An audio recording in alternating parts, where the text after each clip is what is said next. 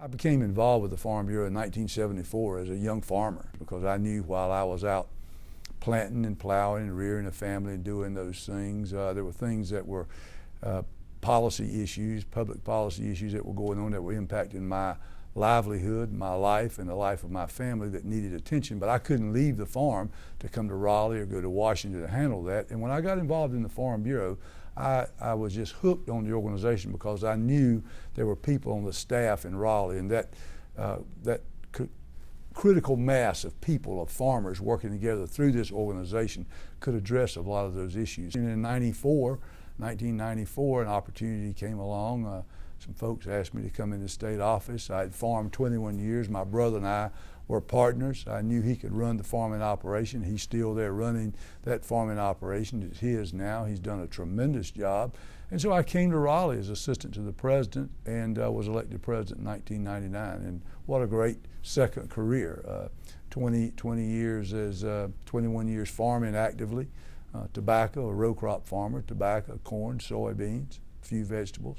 And then 20 years as president of North Carolina Farm Bureau, almost 26 years here on the staff entirely. And I never dreamed I would probably be here 20 years, but when you're having a great time and working with a great organization and work with some of the greatest people in the state of North Carolina, time does fly. I've been given the greatest honor that a row crop farmer from Pender County can have is to serve this number of years as president of the greatest farm organization that we've ever had. And certainly my hope, my desire, my fervent prayer is that it will continue to move forward and represent the interests of the people of the state of North Carolina, especially the farmers and the rural people, and that nothing but good things happen for this organization and the people that lead it going forward. I felt like the time was right. You know, it was a good time, and I'm looking forward to the next chapter in my life. As I tell folks, I'm not retiring. I hope to refurbish or redirect or refocus. I still want to have a voice in the life of this great state, in agriculture and rural communities in particular, and certainly health care is a passion of mine, particularly for those rural communities. Immigration reform is a huge passion of mine. So there's some issues I'd like to be involved in after I leave the Farm Bureau and step down as president. So I'm not using the word retire, and I just hope to continue to, be a part of the life of this great state. The '96 Farm Bill probably was one of the milestones when we went from government programs, government subsidies, direct payments to, quote, freedom to farm. Our farmers, and the Congress said we can no longer afford to do this from an economic standpoint. The Congress said, farmers, work with us. We're going to develop markets for you. We're going to put emphasis on getting money from the marketplace, not from the mailbox, and we bought into it. That was, farm bills were probably one, and you mentioned the other one here in North Carolina.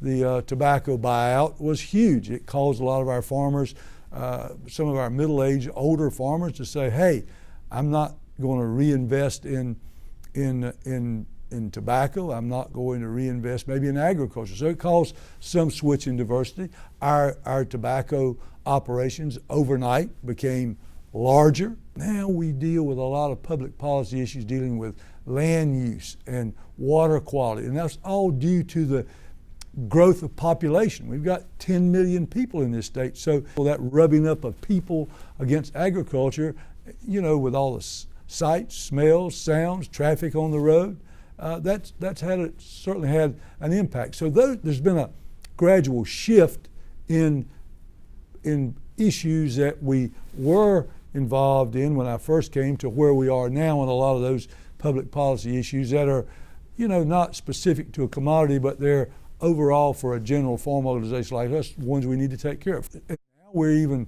we're talking about not only infrastructure issues like natural gas, but you got to talk about broadband and internet connectivity. I mean, so those are issues now, and we've really here at Farm Bureau beefed up our communications department, our communications effort, because the impact of social media now. When I first came here, I mean, gee whiz, we had, I didn't have cell phones.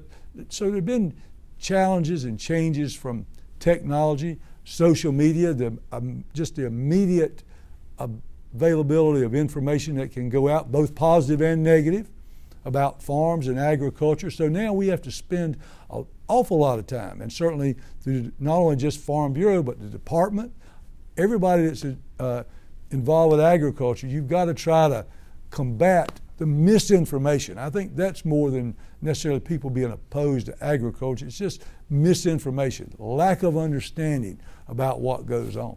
Farmers used to say, this is my land, I'm going to do what I want to do with it. No, that's not the way it is anymore, because there are more of those other folks than there are of farmers sometimes. So our farmers today have to spend some time on public relations, letting their neighbors know what they're doing, why they're doing it, why the sights, sounds, and smells are like they are. 35% of the people today that live in rural North Carolina were not born here. They moved here. We're glad to have them, but certainly it's changed some parts of rural North Carolina. Many parts of rural North Carolina now, some are losing population. We need good business climate out there to help agriculture and the communities grow, because today, so goes the rural communities, so goes agriculture, and vice versa.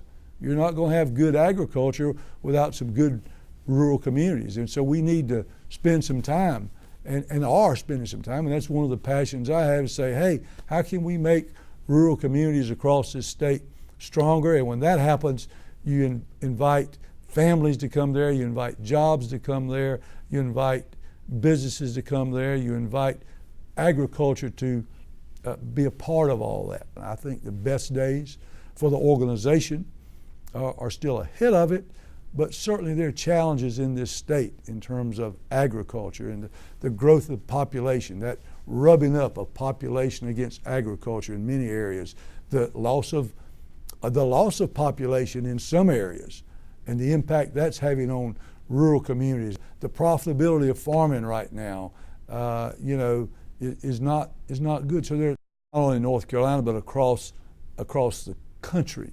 The morale of our farmers right now is pretty low.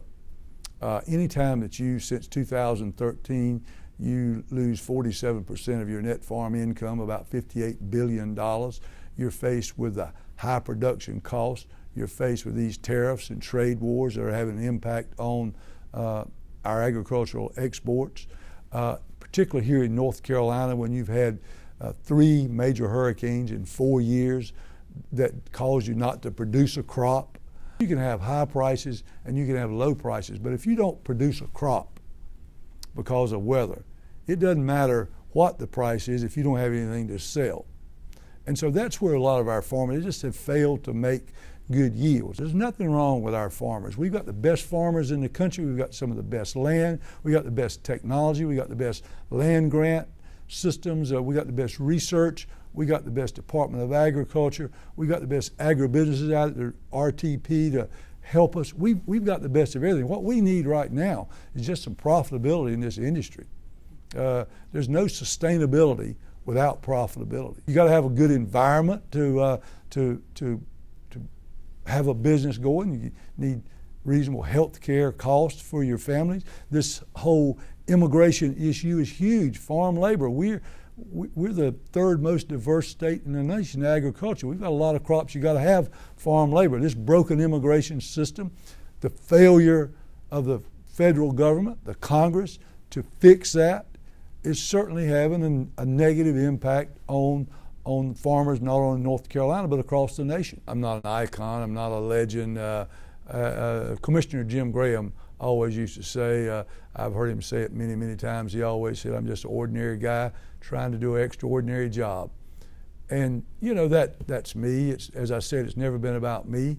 It's been about the brand. It's been about my goal here has been to increase the visibility of Farm Bureau, to have Farm Bureau at the table. My goal has always been, when the leaders of business and industry and education and all the sectors of the economy of North Carolina sit around a big table to talk about and discuss the future of the state of North Carolina, my goal here is to make sure that the industry of agriculture is pulled up to that table as an equal and working partner And I've done that. I've tried to do that through Farm Bureau, and to that end, I'm not going to quit.